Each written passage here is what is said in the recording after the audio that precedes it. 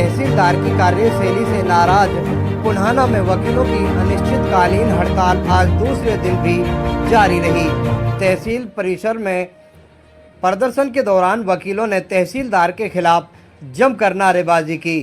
वकीलों ने पुन्हाना तहसील कार्यालय पर एक नायब तहसीलदार नुहू, जिनका नाम नरेंद्र भारद्वाज है, उनको एडिशनल चार्ज दिया हुआ है, जो कि सप्ताह में 1 या 2 दिन आता है और आमजन के कार्यों को नहीं करता है।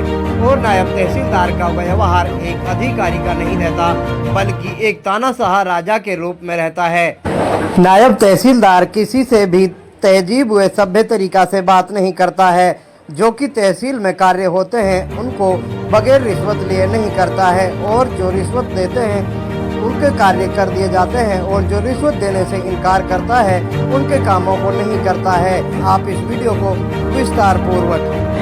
क्या मामला है कि वकील धरने पे है, क्या जरूरत पड़ी? ये पुन्हाना में जो नायब तहसीलदार यहाँ पर एक यहाँ पर पुन्हाना में लगाया हुआ एडिशनल चार्ज दे रखा है, उसका ऐसा तानाशाह रवैया है और पूरा भ्रष्टाचार का उसका बोलबाला है और बदतमीजी उसका जो व्यवहार है, उनके खिलाफ हम सारे वकील साहिबान में, आम पब्लिक में, यहाँ पर तहसील कार्य करने वाले टाइपिस्ट हैं और भी बहुत से काम करने वाले साथी हैं, वो सारे इसके व्यवहार से बहुत ज़्यादा दुखी हैं कि इतना पूरा भ्रष्टाचार हमारी तकरीबन 30-25 साल की यहाँ पर प्रैक्टिस होगी तहसील कार्यालय पर करते हुए, इतना भ्रष्ट अधिकारी हमने कभी अपनी ज़िंदगी में नहीं देखा।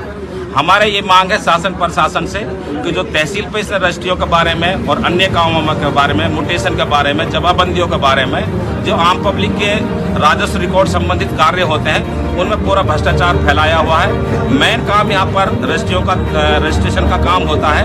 उन रजिस्ट्रियों पर बगैर रिश्वत ले किसी का भी कोई काम नहीं करता, और रजिस्ट्रियों को एक महीना अपने घर पर रेजिडेंस पर नुहू में ले जाकर रखता है और वहाँ पर मोटी डील कर जब पब्लिक से पैसा लेता है, पब्लिक से पैसा लेने के बाद जब डीडो को देता है, 1-1.5 महीना तक लोगों को परेशान करता है। दूसरा उसका जो व्यवहार है यहाँ पर बदतमीजी करने का, कभी किसी आदमी से सीधे मुंह बात नहीं करता, हर वकील से, हर आम नागरिक से, और खास तौर से एक जो हमने और चीज़ नोट करी है यहाँ पर कि जो नौजवान लेडीज आती है 2% स्टाम्प की छूट की वजह से गवर्नमेंट ने छूट दी हुई है, तो जो नौजवान औरतें आती हैं उनसे अलग से व्यवहार, अलग से बात करता है। बंद कमरे में सारे वकीलों को, सारे लोगों को, सारे स्टाफ को निकाल देता है और अलग बैठकर उनसे बात करता है। जब हम क्लाइंट हमें बताते हैं वो बातें, उनकी बहुत ही शर्मनाक इसकी हरकतें होती हैं। उन चीज़ों से हमारे इलाके में पूरा रोष और दुखी है। इसके ऐसे तहसीलदार को हम कभी भी बर्दाश्त नहीं कर सकते। ये पूरे सरकार की जो नीतियाँ हैं भ्रष्टाचार मुक्त प्रशासन का चलाने का, उसको भी पूरा पलीता लगा रहा है। और जहाँ बेटी पढ़ाओ बेटी बचाओ का ये अभियान भी सरकार का चल रहा है, तो जहाँ पर एक अधिकारी, इतने बड़े प्रशासनिक अधिकारी अगर किसी औरत के साथ बदतमीजी करे या दुर्व्यवहार करे, तो इससे बड़ी शर्मनाक हरकत हमारे लिए कोई हो नहीं सकती। हम एक समाज का एक ऐसा अंग होता है वकील, तो जो हर तरीका से दोनों तरफ से जिम्मेदारी निभाता, प्रशासन से काम करता है और आम पब्लिक की कड़ी के बीच में काम करता रहता है। तो ऐसे अधिकारी को हम बर्दाश्त नहीं कर सकते। ये हमारे इलाके पे कलंक और हमें शर्मनाक हरकत है इसकी, इसको तुरंत यहाँ से हटाया जाए।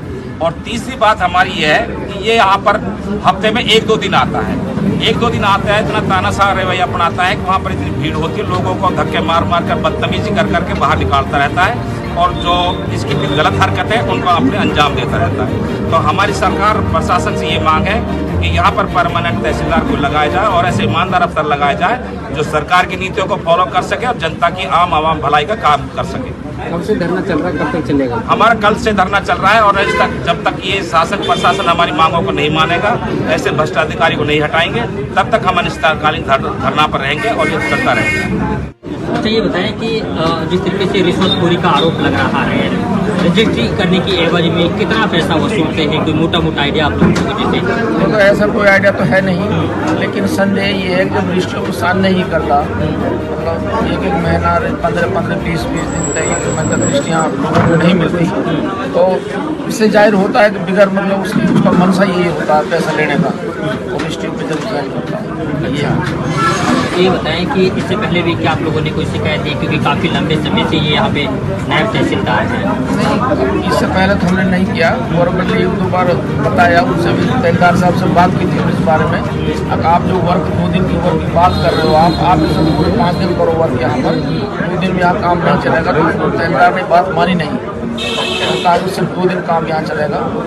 और अच्छा, कल एसडीएम को आप लोगों ने ज्ञापन सौंपा है, ज्ञापन सौंपा था। तो फिर क्या आश्वासन मिला? क्योंकि आप लोगों की नाराजगी एसडीएम के खिलाफ भी देखने को मिली। जी जी, असल में ये हुआ था बात कि एसडीएम के साथ हम जब गए थे ज्ञापन देने, तो एसडीएम साहब ने कहा था अगर भाई 3 आदमी अंदर आ जाए, तो हमारा ये था कि 15-20 वकील थे, भाई सारे वकीलों के सामने बात हो जाए, या तो सबको अंदर बुला ले या मतलब साहब बाहर आ जाएं। तो वो नहीं आए, तो उसके बाद फिर हमने हमारे दूसरे साथी जो बाहर गए हैं सिविल कोर्ट के, वहाँ हम अपना जिले के गए, वहाँ फिर डीसी साहब से बात करी फ़ोन पर।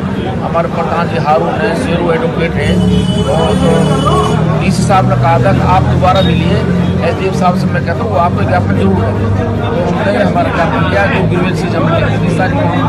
अच्छा, क्या लग रहा है कब तक चलता रहेगा इसी तरीके से? हमारे इस तहसील में जब से ये एडिशनल 4 पर नरेंद्र भारद्वाज जी तहसीलदार नियुक्त हुए हैं, ये हफ्ते में 2 दिन आते हैं। 2 दिन आने के बावजूद भी ये किसी का काम टाइम पे समय पे नहीं करते। जैसे ही हम पार्टी को लेके वहाँ जाते हैं, हम खुद ही पेश करते हैं पार्टी को, आईडी सभी चीज़ लगाते हैं, लेकिन ये क्या करता है कि सभी को बाहर निकाल देता है। निकालने के बाद में लेडीज़ है, उससे अलग में बात है।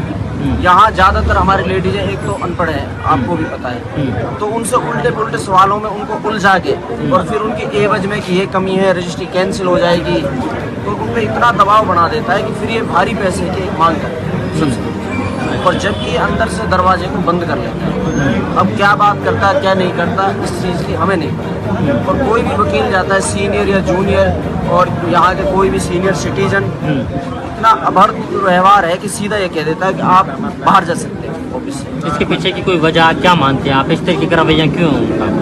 इसका पता नहीं, कोई क्या है कि पिछले 6 महीने से ये रवैया है इसका, और इसको कई बार हमने समझाया भी कि आप एक जिम्मेदार हो और बहुत बड़े ओहदे पे हो आप, और उसका आप गलत इस्तेमाल मत करिए, क्योंकि आपकी वजह से बहुत परेशानियाँ होती हैं।